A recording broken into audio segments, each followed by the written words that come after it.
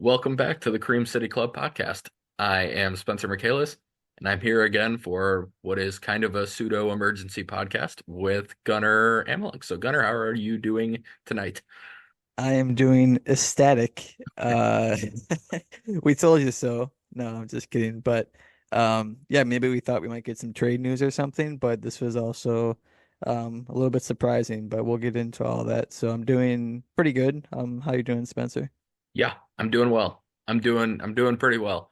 I did not expect I can't say I didn't expect it at all, but I did not expect the news we got today to happen today. So yeah.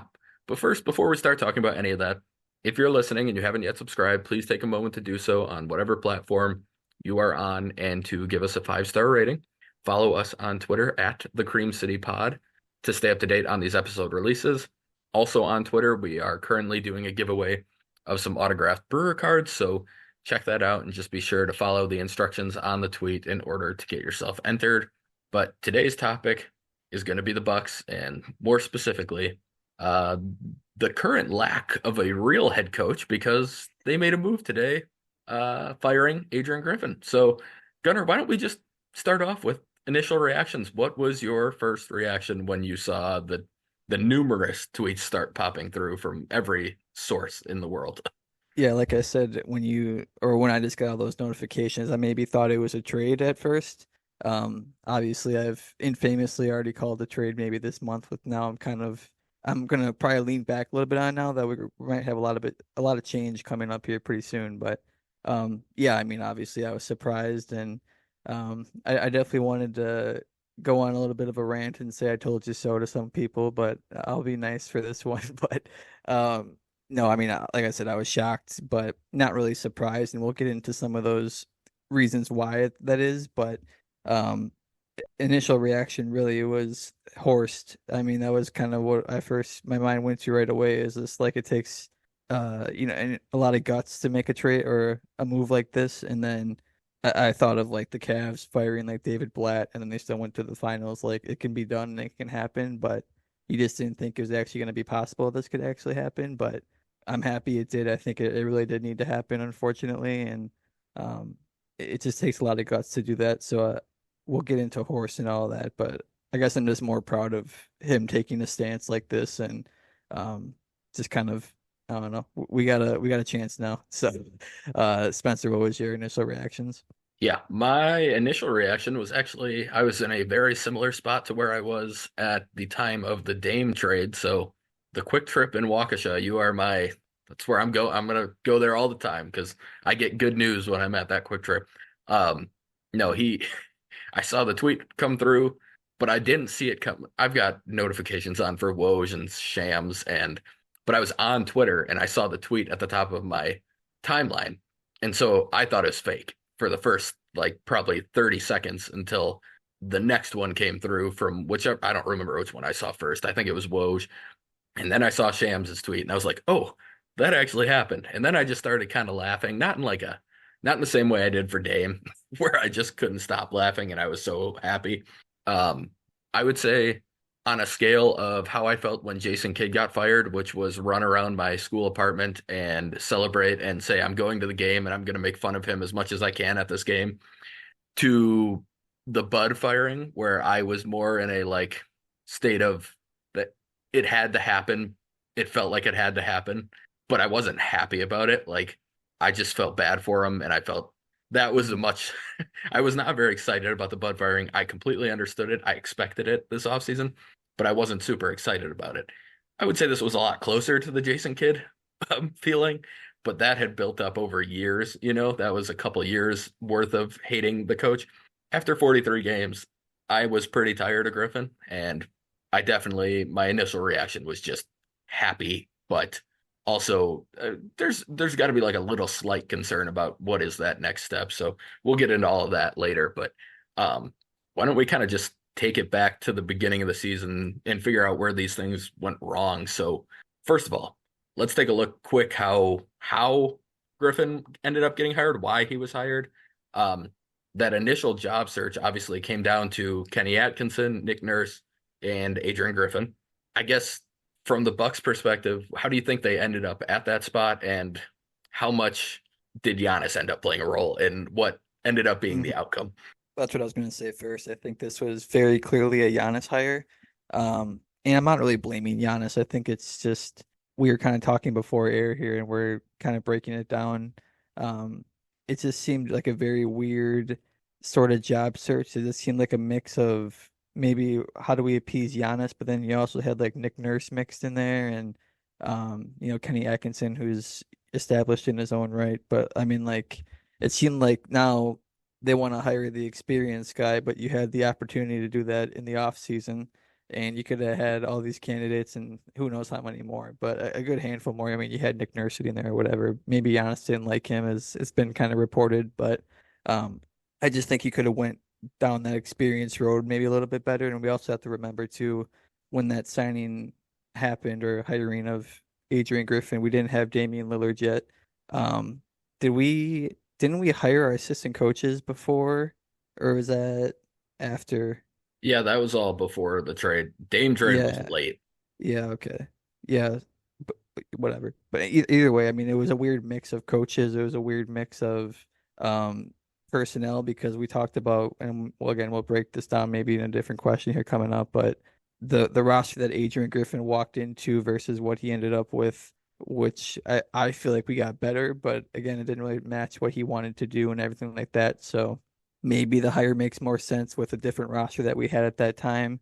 We were still kind of questioning, like, oh, he's like very clearly the third worst candidate out of these three. Um, and if Giannis had a problem with Nurse, it just kind of seemed like, well, Kenny was there for a reason, and maybe we should have hired him. If it did come down to this, who Giannis liked, and I mean, I just praised Horst for how much of a backbone he has, and Giannis probably is the one exception there, um, in these sort of circumstances. But it's also kind of been shown where Giannis maybe doesn't have the greatest like talent evaluation at all times, which is okay, like I said. And I should probably do a better job of praising Giannis because I always think people get annoyed of hearing people praise Giannis all the time, but I should probably do it more often than I do. But um, yeah, I mean, just at that time, again, didn't feel great at the time. Sort of made sense with the roster, but now full circle, it's I just still like now I'm really left with like what was that all about? Why did we do that? It seemed bad at the time and now it's even worse. So what do you think about it? Yeah, I think, like you said, Mark Stein put out an article hour or so ago talking about kind of what he had heard recently and why he thought this might be coming. He said that he heard from his most trusted source in basketball that if Terry Stotts was here right now, he would be the head coach of the Bucks. That was 2 weeks ago. So he was basically saying if they could find an alternative right now, they would have an alternative coach in there and Griffin would be gone. So he knew that Griffin was on thin ice at that point. Um, he also mentioned in the article, though, that Horst did not want Adrian Griffin. And that's kind of where it comes back to the point you made, which is, well, why did he end up in the final three if Horst did not trust or want him? And I have no answer for that. I really don't get how that happened. Because if Nurse was somebody that he reports that Nurse is Giannis did not want to play for Nick Nurse, and he was steadfast against it. He was not going to play for Nick Nurse. He didn't want to do it. That's why he pushed for Adrian Griffin. When people said that he was for Adrian Griffin, it was because he just did not want to play for Nick Nurse. Now, if I look at it from his perspective, I do get it. Nurse is known for kind of running his players into the ground in the regular season. He is known for kind of just being, for lack of a better word, he's kind of a dick. People don't love him. Uh, Raptors, the best players on the Raptors were kind of fed up with him at the end, and that was part of the reason he ended up getting let go. The interesting thing to me with that is that Giannis then decided that Nick Nurse's lead assistant would be the best next case scenario, which I don't get how that logic flows at all. But either way, that's what it came down to. And we didn't have the podcast going at this point, but I told you a number of times when Kenny Atkinson got connected to the Bucks that he was my favorite, and I had him higher than Nurse. And when he was a finalist, I figured, okay, worst case scenario, it's got to be Nurse. There's no way they're going Adrian Griffin. They're not going to go with an inexperienced coach who has been passed over a dozen times for a head coaching job. It never made any sense from the beginning. He got the job. At that point, it's okay. we got to give Griffin a chance. And like you said, at that time, the roster was a lot different. And I think part of what he interviewed for was he interviewed for a roster that had Drew Holiday at the point of attack defensively. That does make a big difference. And I think at times we've kind of underplayed. I mean, the drop from Drew to Dame defensively, that doesn't even mean Dame's a terrible defender. I don't think he is. But Drew is a next level point of attack defender against guards, especially. When you start putting him against wings, we see what happened with Jimmy Butler. He can struggle with wings, but you put him on guards, he's going to play really, really good defense. Um, so Javon he's Carter was also at his press conference too. Like he almost was Yep, here as well. So that's another guy where that fits kind of his mold. yep. And I kind of thought when that happened, we thought, oh, Carter's probably back now because this is a guy that's going to love the way he plays. And obviously that didn't happen. Then you talk about the trade happens for Dame. And now, and this is another thing Stein reported on, Horst had basically put Stotts in that position as his safeguard. He gave Stotts that job because he was like, well, he basically insinuated that Horst was expecting this to fail and that he was going to be able to use Stotts as his fallback plan. And I'm going to go ahead and guess that Griffin kind of sensed that. And that's why they were not getting along very well and why they were having some issues. And then obviously that leads us into probably the first major sign that this was potentially going to be an issue. And we talked about it at the time that this was concerning. Some people wanted to play it down or downplay it a little bit. I thought it was a pretty big concern that his lead assistant was leaving less than a week before the season, especially his lead assistant, who was the head coach of Dame in the past and had just gotten Dame back and who had a really good relationship with Dame. And he still was willing and ready to leave the team a week before the season. So that happened. And that was, to me, that was the first real major sign that we needed to be concerned.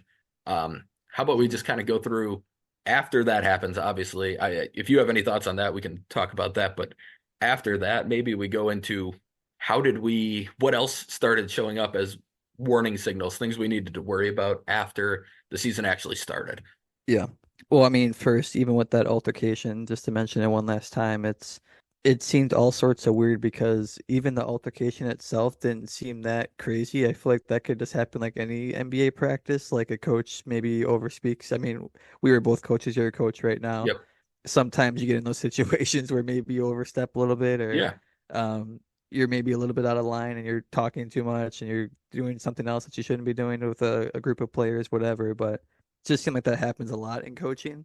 And somehow that set off both of them to the point where, like you said, something had to be brewing up to that point to where that was the final sort of hiccup that ended up doing that. But that's just kind of my guess too. I mean, like you said, I just figured that was kind of the last straw.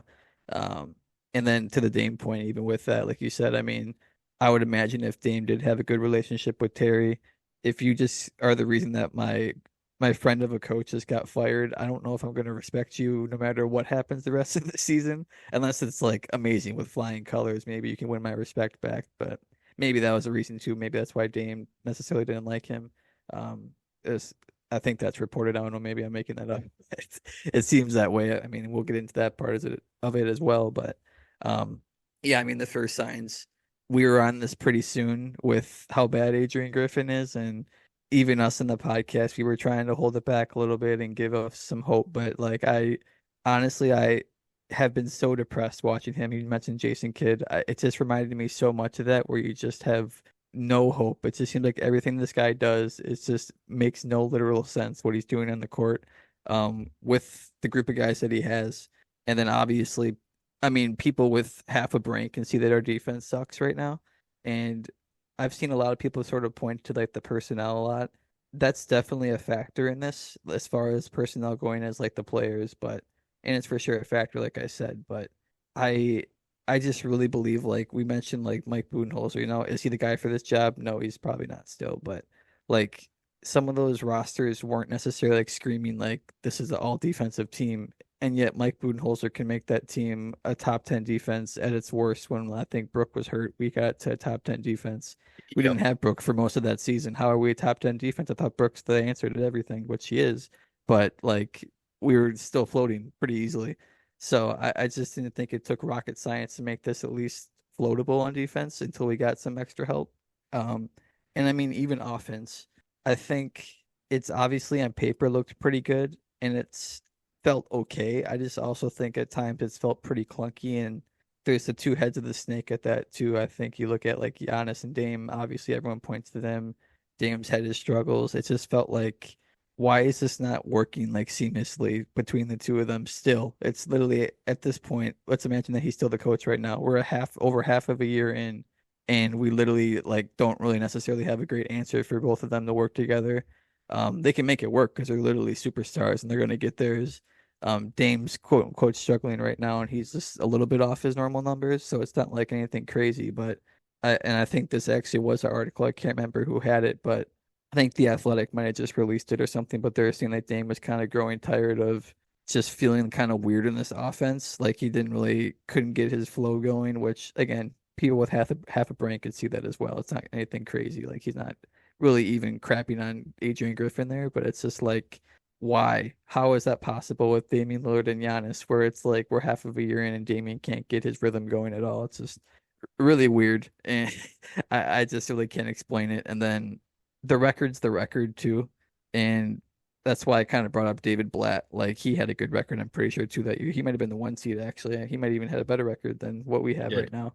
And everybody knew that that probably wasn't going to work out great. There was kind of honestly similar vibes there. It's just something weird. Like you can just kind of feel it, and they're like, nope, we're trying to win a championship this year. Screw this. Like there's no time to wait here. But the Bucks record, we harped on it in one of the last episodes. We had the easiest schedule in the league. Period. Like at least at that point, maybe not now. Maybe it's like top five or something still. But you've in these last couple of games kind of encapsulated that too. Like we barely kind of scraped away with some of those wins. These last couple games, we're literally dying to beat the Pistons without their best player. That's insane. We get smoked by the Cavs. I mean, we didn't have Giannis, of course, but like no heart in that game whatsoever. Like it's just, I think Horst obviously sees this, and I've already ranted too much, I guess. So I'll let you talk. I got a chance to finally crap on him, so I took it. But how do you feel? What do you feel like was kind of the final like tipping point, I guess? We can kind of mix it in with this next question. What ultimately kind of led to this being fired or him getting fired? Yeah. So, like I mentioned with the Stein article, it kind of sounds like Horst was waiting for an opportunity to do this. Um, he did not believe in him. Now, I do want to clarify something. I think some people are probably going to push back against saying like Horst has guts to be able to do this, and then they'll say, well, why couldn't he tell Giannis no before? We talked about what changed since Giannis or since we hired Griffin. We traded for Dame after hiring Griffin. We Giannis is now locked up. He's locked in. There's no I mean he can demand a trade if he wants, but I'm gonna go out on a limb and say that he noticed a lot of the issues, considering and honestly, this might be my answer to what the tipping point is.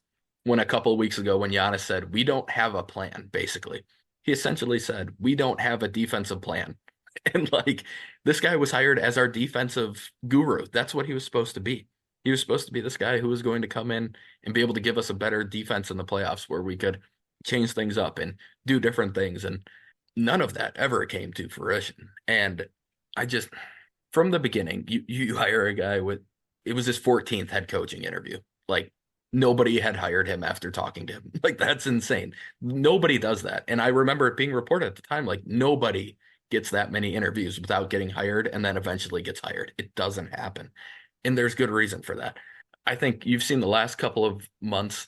I I I tweeted it at one point saying that you can say what you want about the scheme, anything else. If you believed that the Bucks were bought in to what he was doing while watching that team play, I don't know what to tell you. I never once felt when I was looking at them that they were completely in on what they were being told to do. It never looked that way. And the one game where they came out firing and looking energized was that Celtics game. And I don't think that had anything to do with the coach. I think that was them being upset with the media and all the talk they'd been hearing and going, we got to show what we can do tonight. And this doesn't take all the blame away from the players. Whether you like your coach or not, you have to be able to find energy and find an ability to go out and play hard and just fake that you believe in what's going on. But I guess I'll say this too. I try not to be, I'm not the guy. Like, I don't have real sources, but I do have some people who I know who do have sources, and they will sometimes give me a little bit of information. I don't tweet it. I don't want to stop getting that information, but I might text Gunnar about it and tell him what I heard. This is 2 months now. These people have been telling me that Dame doesn't believe in Griffin. Brooke Lopez doesn't believe in Griffin. Giannis is starting to have concerns with Griffin. He was losing the locker room for a while. And when Giannis's name got thrown out there, that was the first time I started thinking he might lose his job because this was the guy who hired him. Giannis hired him. It was his decision. And when he's losing faith in him after like a month, it's a mess. The whole thing must have been just an absolute mess behind the scenes. And there were whispers all over the place. There were whispers that the Bucks were starting to look into internal candidates after like a month about potentially replacing him after like a month. That does not happen in the NBA ever that quickly. This is his first head coaching job. You would think they would have gone in expecting some struggles and some concerns.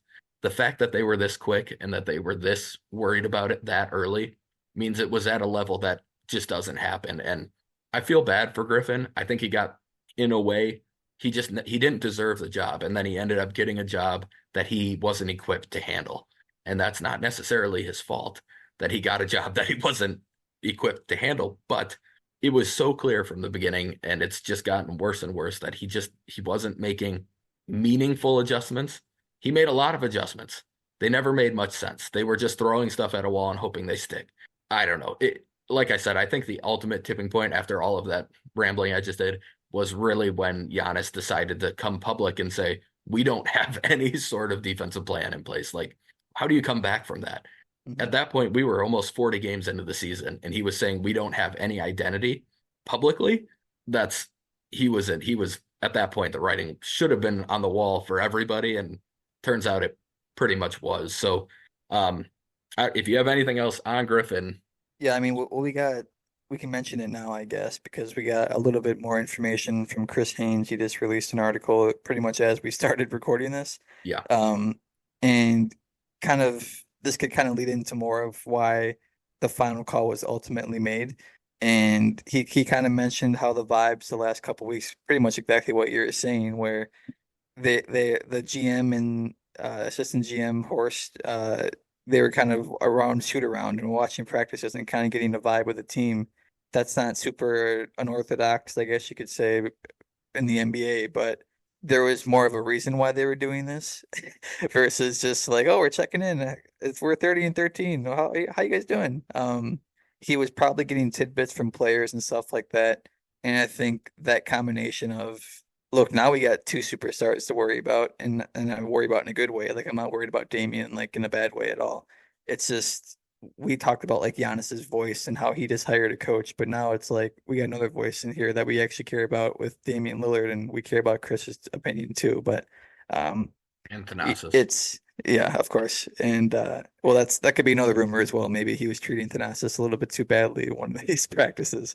Um, but no, and I think it was ultimately, I think the players. My point with saying that I think is those two guys signed off on this, and they said he needs to be fired. Like, and the guy who hired you, like you said with Giannis, I think kind of rewinding now again, this will be the last time I backtrack, I promise. But why he got hired in the first place, I think Giannis coming off of that Heat series kind of felt like he should be guarding Jimmy Butler more than he did. And he wanted a guy where not necessarily to boss around. I think that's kind of probably a little disrespectful to Adrian Griffin a little bit, but I guess that's somewhat true.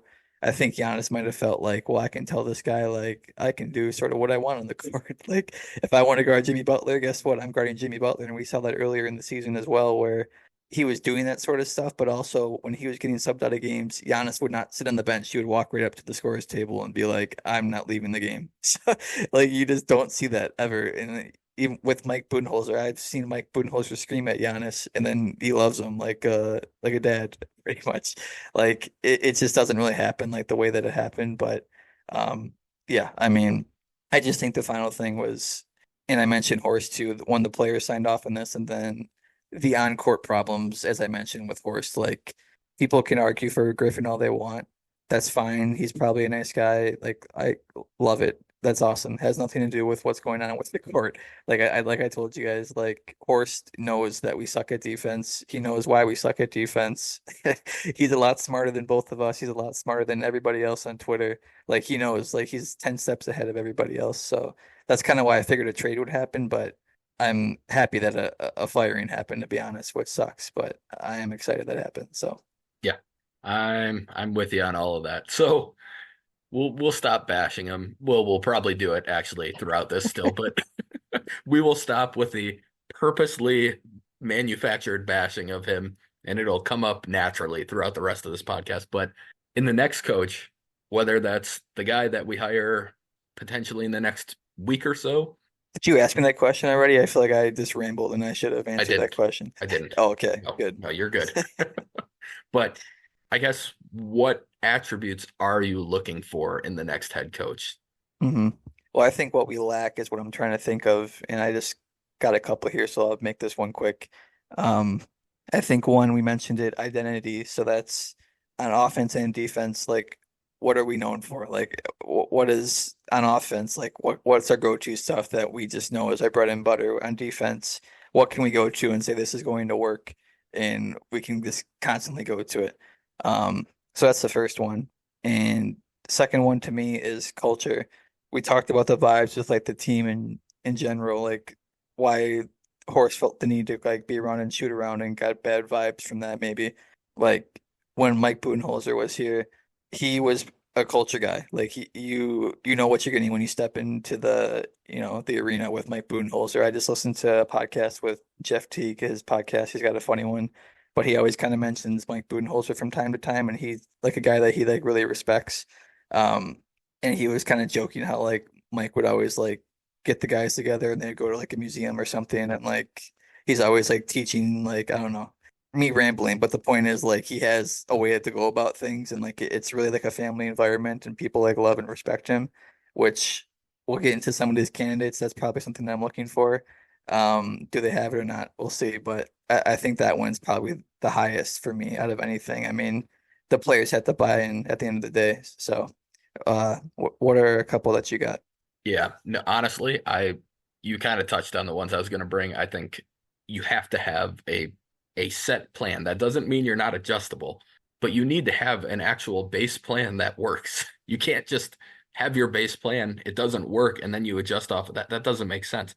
The issue Bud always had was that his drop was so good for like the entire regular season, but he was too unwilling to go away from it when it stopped working. I would gladly take the drop working all the time, and then all you have to do is find a different way to potentially mix things up. And like we talked about, it felt like this year it was more like, well, we're going to do this now, and that's a change. And it's like, yeah, it's a change, but does it make sense? Does it actually help anything? I don't think so. So something along those, I would rather go back to having something that honestly works most of the time, and then if I would prefer we make adjustments, but I would rather have a base that works than a base that doesn't work. And then, like you talked about, I do think buy-in is the most important part of coaching. Something I think about a lot as a coach, like we touched on earlier. I'm always curious, and it's kind of hard to tell sometimes, if everybody's bought into what you're teaching. And as someone, I mean, we played sports obviously our whole lives too. We're always going to try hard. We're always going to put forth good effort. But if you don't fully believe in what your coach is doing, it becomes a lot harder to do it. And it becomes a lot easier to maybe take a break or to slack off a little bit because you just don't really fully buy into what's going on. You obviously want to win, and that's always going to be a huge part of the equation. But I go back to that JJ Redick clip that I mentioned at one point where he said for him, 70% of defense is buy-in. And if you're not bought into what you're doing, it's not going to work. I just don't think the Bucks were ever bought into it. Like I said, I had heard that Brook had some issues even after they went to drop because of the way they were pressuring up top, still leaving Brook completely exposed. Like he was happy that he got to go back into drop, but he was still being put in this terrible position. We heard about Dame on offense not being thrilled. Now, the good news is, and what probably made this a surprise for some people, I think, is that the Bucks players aren't the types to necessarily go and complain publicly, or you might have a Chris Haynes tweet that shows, oh, Dame must have said something because he he all of a sudden had some information about the team, but they're not really the types to do that. So I think it was always hard to tell at times. But for me, give me someone who can get them to buy into what he's doing. And whether it's the best scheme in the world, I think you play better defense regardless of scheme. If you are completely in, playing hard, you want to do what you're being told to do, I think it'll work way better than anything else you do if the players just don't believe in it, like you said. So those are the main two. I think we're both pretty much on the same page there. Um, but I guess we got to start taking a look at what is next and kind of some of the candidates and who is currently coaching for the Bucks, which would be Joe Prunty, who will be in the sequel of Joe Prunty, interim head coach for the Bucks. Can't imagine we've had too many guys take over the same team twice as an interim in the NBA, but Prunt Dog's got it, and he's going to be doing that. Uh, what are your thoughts? And do you think there's? I mean, it doesn't sound like it, but any chance he's the guy for the rest of this year? If he is, I will literally die. I think I joked actually when we hired him, so none of these problems even have happened yet. And I thought Adrian Griffin might be a good coach. So then I'm like, please be a good coach because I cannot have Joe Prunty take over as head coach. And then I thought I had Terry Stotts too, so I thought I actually was safe.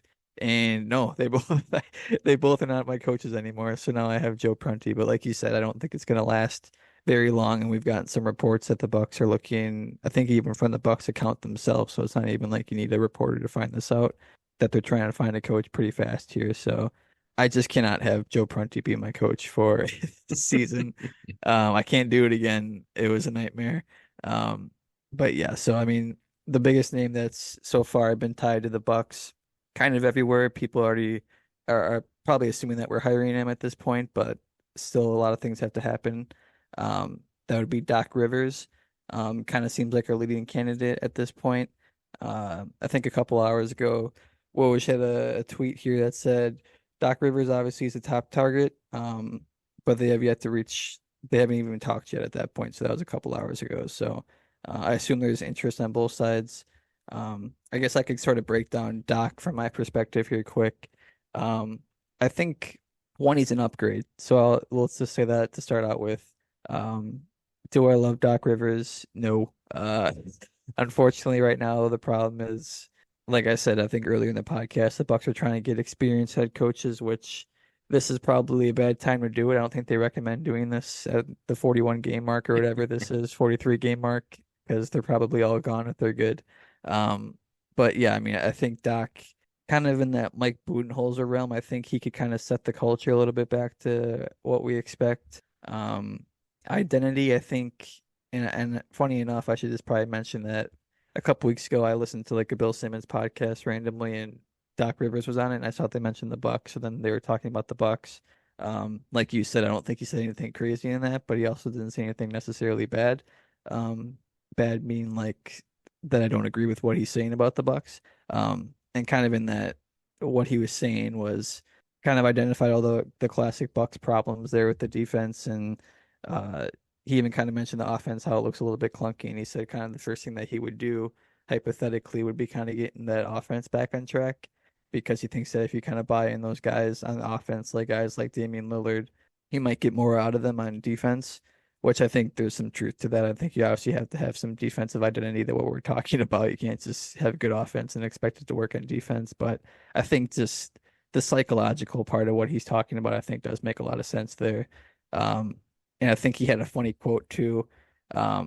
He said that on defense, we probably do need like a guy, I think I mentioned too, like a Chris Dunn, not like a big name or anything, but just a guy where can kind of help us with perimeter defense as like a guard.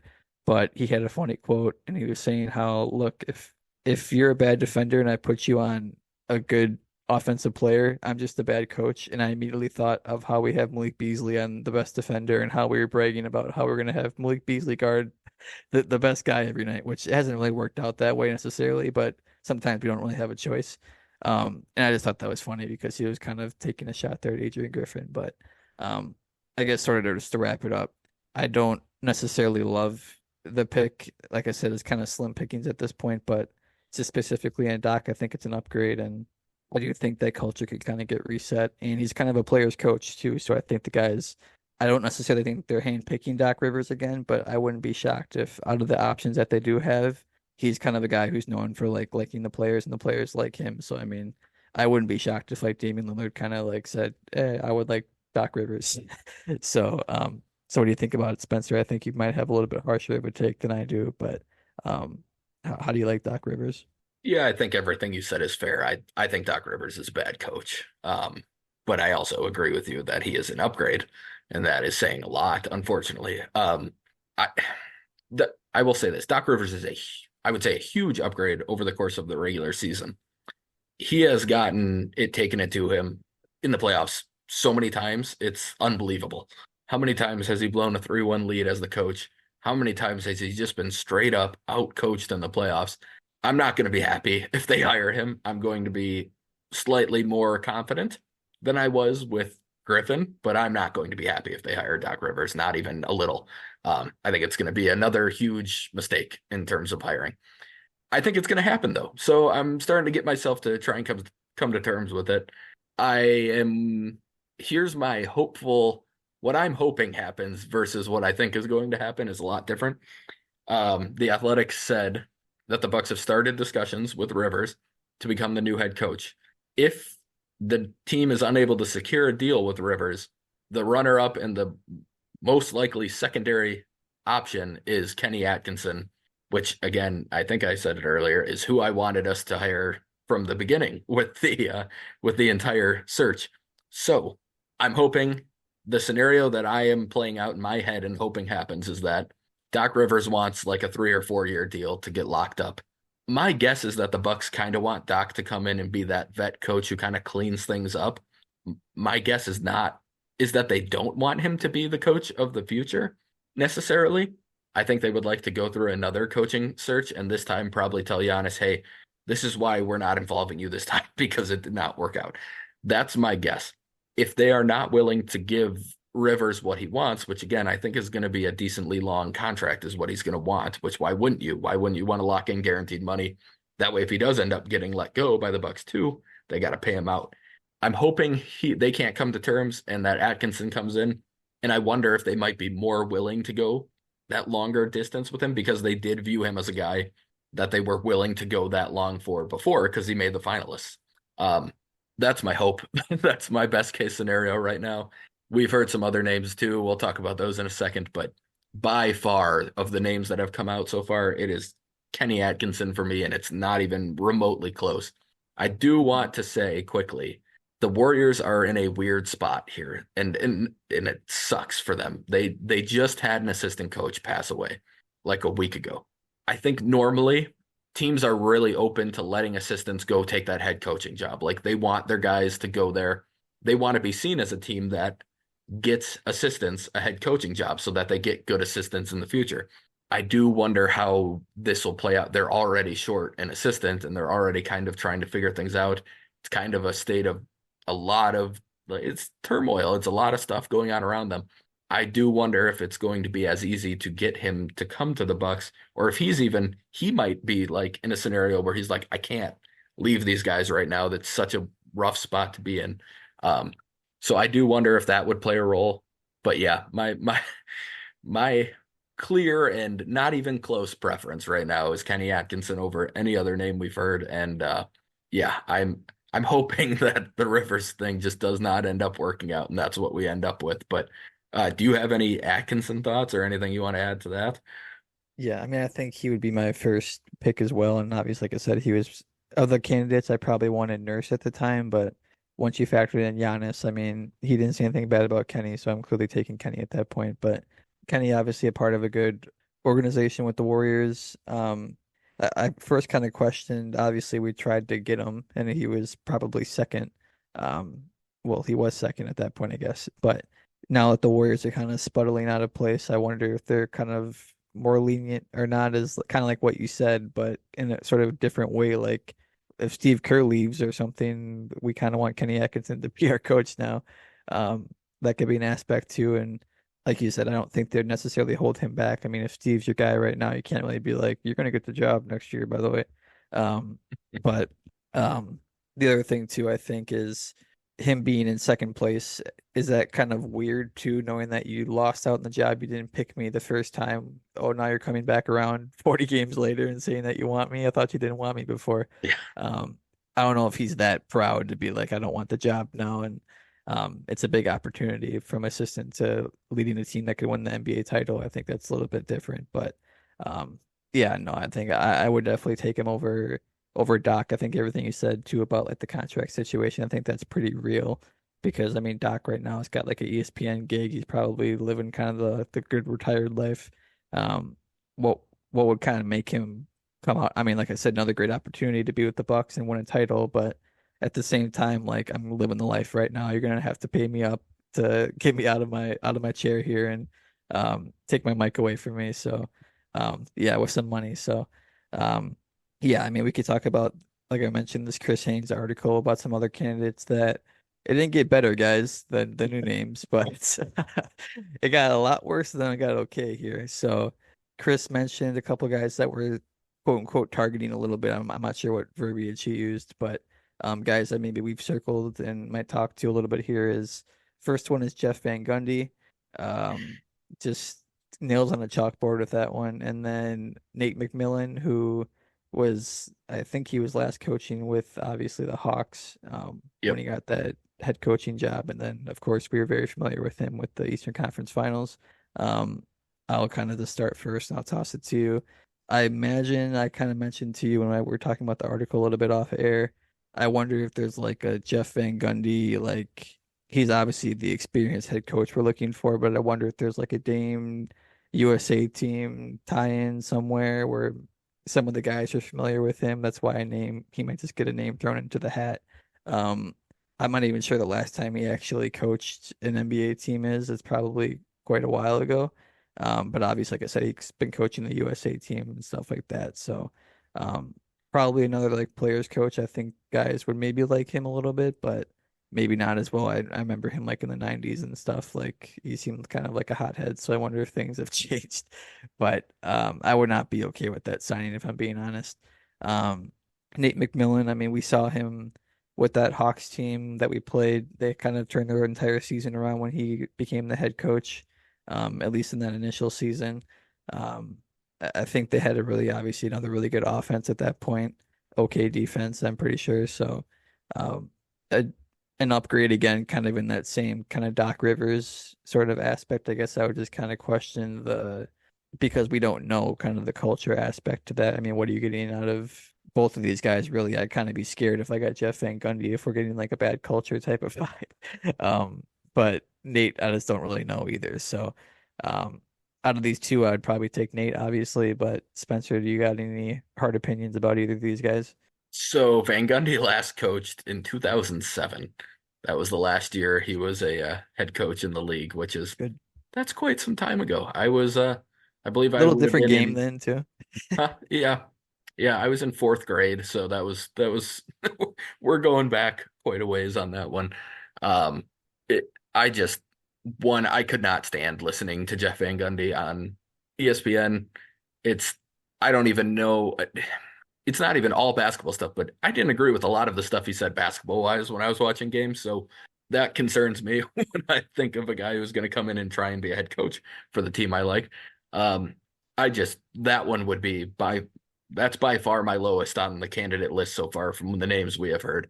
Um, McMillan's interesting because we talked about it a little bit, but like he was an interim coach when he went to that Eastern Conference Finals, and the fact that he has the experience doing that does make me feel a little bit more comfortable saying I could see him being able to come in and handle things pretty well. Now, if I'm not mistaken, he was an assistant for the Hawks when he got that job. I'm not 100% sure, but I'm pretty sure he wasn't I don't think they brought him in to take that job. I think he was already with the team when he took over. So I do think that makes things a lot easier in that role, but we know he can kind of handle it. And that's a pretty big part of what he's going to have to do is he's going to have to, whoever comes in is going to have to find a way to try and be the most competitive they can be this year.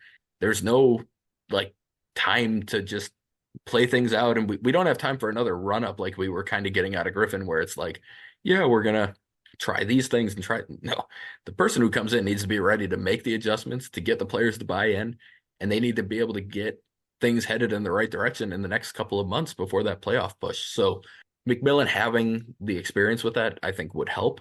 Um, but yeah, I mean, of those two, yeah, it's not even close. It's McMillan for me. And if Van Gundy, I mean, I know he's kind of he's with the Celtics in some sort of advisor role. Like I could see him being helpful in that type of a role. I don't see him being helpful as a head coach at this point in his life or in his basketball career. I don't see any way it works out very well. He was with Team USA in 2017. I was looking it up for the AmeriCup thing that they do. I'm gonna guess there's a pretty good chance he overlapped with Dame at some point there. I wasn't able to find a roster or anything on that, but I would guess that there was some overlap. Um, I know he's kind of around Team USA a lot, so he probably has actually interacted with Brooke and Chris at those types of events too, since they have both spent time with Team USA. I just I there's no more for me to say. I would really not enjoy that one.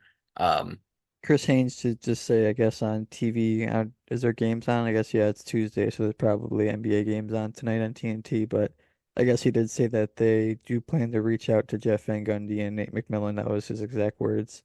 Um, but they are zeroing in on Doc Rivers first. So I kind of imagine maybe if Doc says no, then we plan to talk to those guys.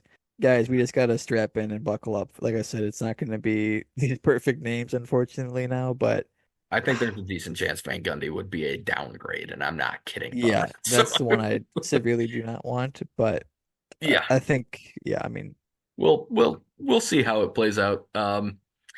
Yeah, there's one. This is kind of like the finalist situation where once we knew Nurse dropped out, it was like, okay, I got one name I really like, and I got one name I absolutely hate. And last time they hired the person that I absolutely hated as a candidate, and I'm hoping they don't do the same to me this time, but yeah. we'll see. Maybe another name ends up popping up. We'll see if some other names start coming around. Please no Mark Jackson. I know that's coming. I'm just waiting for that to Oh, drop. I forgot about that. We definitely interviewed him too. I forgot We about that. certainly did. Yep. Yeah. So Uh, maybe we already learned our lesson on that one and we won't be going that direction either. But um, I've just been trying to think of anyone else who would even be qualified for that type of job. And that's it where it might, gets I difficult. mean, Like I said, I mean, you're trying to find an experienced head coach right now. I mean, you're probably going to get into some pretty bad names that yep. we don't like. Like I Yeah. said, they would be hired by now if you like them. So I'm Mike curious if like a, Budenholzer. right. No, I know. And I'm curious if someone like James Borrego might be, Yeah. I would view him closer to like the Atkinson vein than I do the others. I think he Hmm. would still be below Atkinson for me, but I would view him closer to that than these other guys. So maybe he's somebody, I think is he back with the Hornets as an assistant, I want to say? I don't I know for have sure, no but clue. We definitely interviewed him too, right? I think we, I think at we least did. early on. Yeah. Yeah. Because I mean, if he is with the Hornets, I'd imagine they would be willing to let him take a job like that in the middle of this season. I don't think they're going to be in dire need of having a good assistant on their bench the rest of the year. So, I guess um, Woj also just said 20 minutes ago that the Bucks did reach out to Doc Rivers and they're engaging in conversations. So yeah, it sounds like, doesn't mean it's something signed, but yeah, I think that's the thing. I think it's going to come down to my guess, like I said, is that the Bucks are trying to keep it shorter, and Doc is probably going to want it to be longer. So yeah. we will, we'll see where that goes. But I prefer the initial athletic report that Atkinson would probably be the second guy we go to than anything else I am hearing right now. Um, we'll see how it goes. Like I said, it's pretty hard, I think, for them to downgrade, but you never know. There's there's ways they could do it. Um, yeah, I mean, do you have anything else you want to talk about with this? No, I just think it's unfortunate that it happened, obviously, and we just kind of kept praying that something would change towards, I mean, literally we're halfway through the year now, and it feels like I actually had a stat here I forgot to mention early on, but kind of going off the top of my head, I just heard on Woj's podcast earlier where he said, or Malika Andrews actually said that the Bucks defense the last like 11 games was the worst, either defensive rating or the most points we've ever given up in our franchise history. Yep. So it's just at a time when you're trying to maybe find a sign where it's going to point up towards maybe finding some success here, it got a lot worse. So I think the writing was just kind of on the wall here, unfortunately. I told you, I think initially I did say like why do I feel bad for Adrian Griffin right now? I texted you. It is it is just sad and kind of an embarrassing thing that happened, and really we laid it all out. A couple embarrassing things kind of happened here with like the stats leaving and everything like that too. So it just wasn't really the perfect season, obviously, and it wasn't the perfect ending. Um, it just sucks that it had to end like this, but it did have to end like this. And Yeah. I mentioned like Giannis's clock and Dame's clock, like eventually like this is how teams have to operate, where what is your best chance to win the championship this season? And if it wasn't Adrian Griffin, then he shouldn't be coaching. Yep.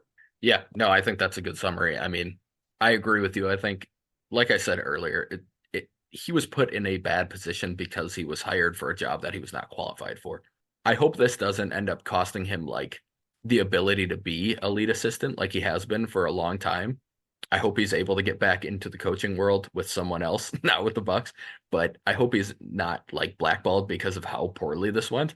The reason he got interviewed 14 times is because he was a good assistant coach. He just isn't somebody that's fit to be a head coach. I think that's mostly what it comes down to. So I hope this isn't the end of his coaching career. I hope this isn't something where he's in a terrible spot moving forward where nobody wants him on their staff and they're all worried that he's going to be just this nuisance or something along those lines. Like I would like for him to get another chance, and I hope he does well in that role again, but this was not going to work, and it was very clear very early. And I do want to give a shout out to Archon, I want to say 14 on Twitter, who very early on wrote the article about why the Bucks should fire Adrian Griffin. I think we were probably 8 or 9 games into the season, and boy, did he set off some people. People were very upset. And to be honest with you, I didn't agree that they needed to fire him right away and do it right then. I think he did deserve time to get like to make adjustments and to make some changes and to get used to the roster. But the fact that everyone went nuts on him because the article had so many good points, but nobody was reading it. They just took the headline and got all upset about it. The article had tons of good points, and almost everything he was worried about ended up coming true. And it's funny, actually, I just went to look at his Twitter, but about 5 minutes before the Griffin news came out, he posted defensive rating adjusted for strength of schedule and opponent's 3-point shooting luck. And the Bucks were the absolute worst in the league when you adjust for who they're playing and how poorly or how lucky you've been on their shots. They were in last. And then I scroll up and he's pretty excited about what happened after that. But I felt bad for him at the time because he didn't do anything that was out of line or like it was all a reasonable argument. I think he probably took that single step that went a little too far at that time, but I don't know. I This is more me standing on my soapbox to say, read the articles. Read the articles and actually think about them. Don't when people put stuff out there, don't just react to your initial reaction. Like think about what is being written, watch some video, think about what's going on. Don't try and just confirm priors. And I do that on my side too. We all do that at times. But just because you want to give the guy a shot doesn't mean you can't read anything negative about him. You can still look into why things might not be going right. And yes, there was probably, again, it was a little too far for 8, 9 games in to be like, we need to fire him right now. But when you write an article like that, you are supposed to take a stance. And that's what he did. And I feel like he was pretty well proven correctly at this point. So shout out to him for taking that stance and for not backing down from it because he really never did. But yeah, I think at this point I just feel so much more relaxed. We'll see what happens once I find out who we actually hire as this next Hmm. coach. But right at this moment, I feel so much more relaxed about the state of the Bucks than I have this entire season. And I even tweeted it the other day. I said it is insane that we have Dame and Giannis on the Bucks, and I don't enjoy watching Bucks games.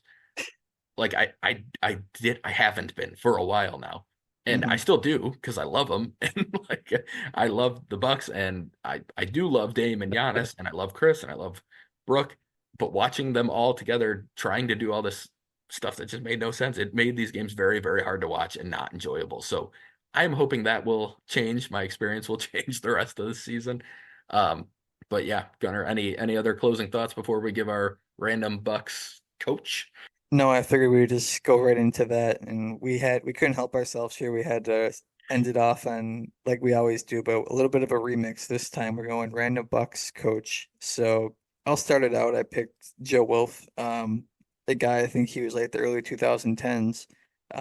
Just kind of looked like a normal guy. Like he was a tall guy in the bench, but just literally you could see him at the bar. You could just see him sort of anywhere. But seemed like a nice guy. Then I just looked him up before the podcast to see where he's at, and he's actually coaching the Herd right now. He's an assistant coach.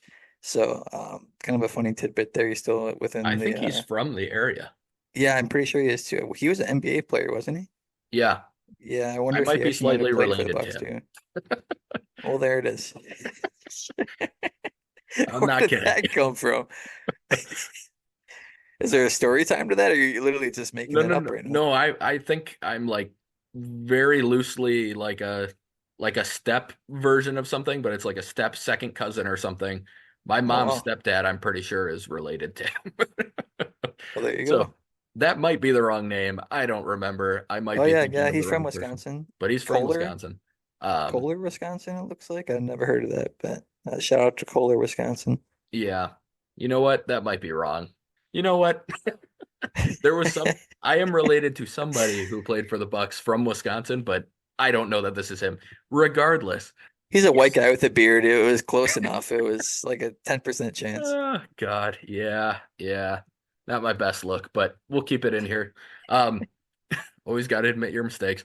Um, but now I am going to try and find the person that I am because I'll recognize the name when I see it. But my coach was Nick Van Exel, who only was with the Bucks for 1 year. He was a Larry Drew assistant. Giannis's rookie year, he was kind of his main assistant that he hung out with. Obviously, that has changed in over the years, and we have a lot of Josh Oppenheimer experiences with Giannis now. But Nick Van Exel kind of taught him the ropes. I know Giannis always likes to give him a shout out, and he seemed like a funny guy. I remember seeing some videos from that season of him just messing around with Giannis, and he was also a very, very good basketball player. He had a really good career, and his like, if you look at Nick Van Exel highlights or mixtapes, like, dude was good. He was great handle, really, really solid point guard, could definitely shoot. Um, but yeah, I just remember thinking it was kind of cool that he was a Bucks coach just because he was. I found it. His name is Jeff Webb. That's who I might be semi related to. So similar. You get how I see Joe Wolf and Jeff Webb, Yep. JW initials. Sure. But Sure. he was born in 1948, so he would not be in the same conversation. Um, anyway, Nick Van Exel, I just remember him. All the Giannis always likes to bring him up, and just a fun assistant coach to have for somebody who is just actually a good basketball player too. So, um, yeah, that's my random Buck coach, and yeah, I think. Like I said, I this is probably the highest I've felt on the Bucks for a while. The fact that they were willing to do this, and hopefully it'll make the viewing experience a bit more enjoyable going forward. But if you don't have anything else to say, Gunnar, I'll take us out. No, I mean, but hopefully by the next time we have a Bucks podcast, we'll have our head coach that we can talk about. So, Yeah, absolutely. All right, thank you guys for listening. Please take the time to like or subscribe on whatever platform you are on. Remember to follow us on Twitter at the Cream City Pod and to participate in that giveaway that's running right now. And as always, please feel free to leave us feedback on how we can get better. Thank you all for listening, and we will see you on Thursday with a Brewers Mailbag podcast. go Bucks.